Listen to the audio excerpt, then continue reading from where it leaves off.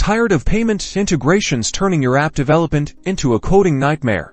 Well, get ready to transform your Next.js app with the power of Stripe in just a few easy steps.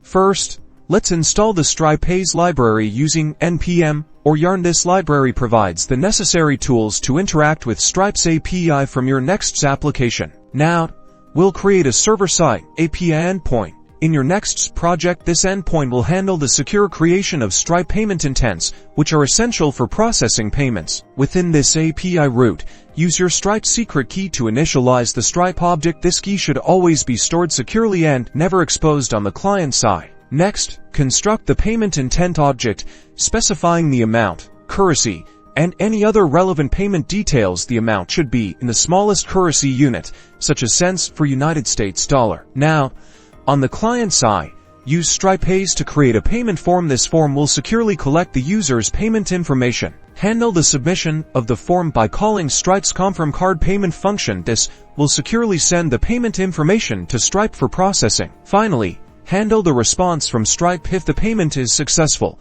Update your application state and redirect the user to a success page. If there's an error, display an appropriate error message. And that's it.